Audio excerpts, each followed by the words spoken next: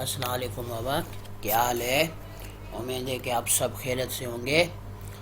आज हम वही न्यूट्रिशन वाला जो चैप्टर था फर्स्ट ईयर का, उसमें हम लास्ट टॉपिक जो ह्यूमन न्यूट्रिशन है उसके ऊपर डिस्कस करेंगे। तो आज हम ह्यूमन न्यूट्रिशन के बारे में पार्ट 1 के अंदर पढ़ेंगे कि ह्यूमन न्यूट्रिशन क्या होती है। Let's start. बाबा, जब ह्यूमन न्यूट्रिशन की बात करते हो तो न्यूट्रिशन इन ह्यूमन इंट्रो हम पढ़ते हैं। तो this animals belongs to the phylum chordata and class primata. Human or man is the macrophagous feeder.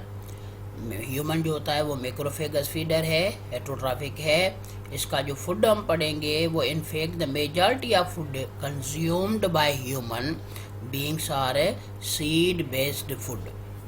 Edible seeds including cereals, corn, wheat, rice, etc., and legumes, beans, peas, lentils, etc., and nuts. ये बाबा human का food होता है जो अक्सर तौर पर human feeding के दौरान अपने फूड को लेता है।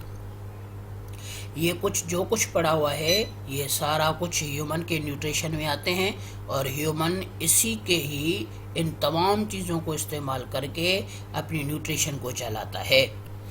अच्छा, अगर हम ह्यूमन के बारे में जब ह्यूमन की न्यूट्रिशन में पढ़ते हैं तो ह्यूमन का डाइजेस्टिव सिस्टम पढ़ते हैं।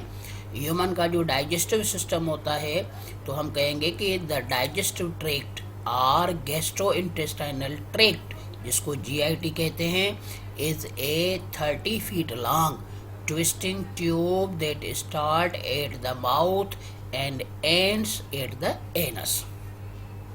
ह्यूमन का डाइजेस्टिव सिस्टम जो होता है वो 30 फीट बड़ा होता है और ये GIT सिस्टम जो होता है वो स्टार्ट होता है माउथ से लेकर एनस तक। तो इस लॉन्ग हाईली क्वाइल्ड ट्यूब को हम एलिमेंट्री कैनाल कहते हैं, डाइजेस्टिव ट्रैक्ट कहते हैं, गैस्ट्रो इंटेस्टाइनल ट्रैक्ट कहेंगे। It is made up of, अब ये जो डाइजेस्टिव सिस्टम होता है ह्यूमन का, इसके अंदर कई आर्गन होते हैं। यानी अगर हम कहेंगे कि इस माउथ से लेकर एनस तक जो आर्गन हम पढ़ेंगे वो बहुत ज़्यादा होते हैं। उसमें हम कहेंगे कि माउथ पढ़ेंगे, बकल कैविटी पढ़ेंगे, उसके बाद हम कहेंगे कि इसके अंदर जो होती है वो फेरिंक्स होती है, एसोफेगस होता है, स्टमक होता है, स्मॉल इंटेस्टाइन होता है, लार्ज इंटेस्टाइन होता है। ये हम कहेंगे कि लार्ज इंटेस्टाइन के बाद ये एनस आता है।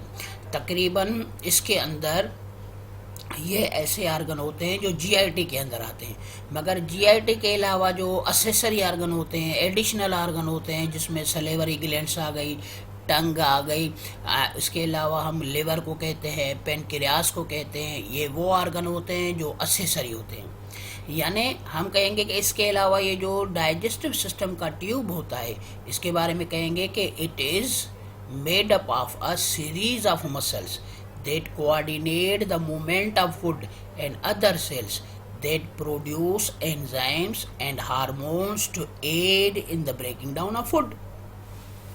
ये डाइजेस्टिव सिस्टम के अंदर जितने भी अब मसल्स होते हैं उसके जो सेल होते हैं, ये मसल्स और सेल्स आपस में कोऑर्डिनेटेड होकर एंजाइम और हार्मोन को प्रोड्यूस करते हैं। इसके प्रोड्यूस हो जाने से फूड जो होता है वो टूटता है। तो ऐसा सिस्टम जो सेल और मसल्स ट्यूब आपस में मिलकर एंजाइम को प्रोड्यूस करें और वो एंजाइम जो है और मसल्स जो है फूड को तोड़े, उसको एलिमेंट्री कैनाल कहते हैं। Along the way are other accessory organs that are needed for digestion. ना सिर्फ ये ट्यूब मगर इसके अलावा कुछ और भी आर्गन होते हैं जो डाइजेशन में हेल्प करते हैं, जैसे कि टंग है, जैसे कि गाल ब्लैडर है, जैसे कि लिवर है और जैसे कि पेनक्रियास है। इसके अलावा सलेवरी ग्लैंड भी है। इन्हों को हम असेसरी ग्लैंड कहते हैं, एडिशनल पार्ट कहते हैं, जो डाइजेशन करने में हेल्प तो कहते हैं मगर GIT का पार्ट नहीं होता। तो ऐसे पूरे सिस्टम को हम गैस्ट्रो इंटेस्टाइनल ट्रैक्ट कहते हैं, एलिमेंट्री कैनाल कहते हैं, डाइजेस्टिव आर्गन कहते हैं। देखो बाबा, यहाँ पर ये जो फिगर हमने लिखी है ये डाइजेस्टिव सिस्टम है ह्यूमन का।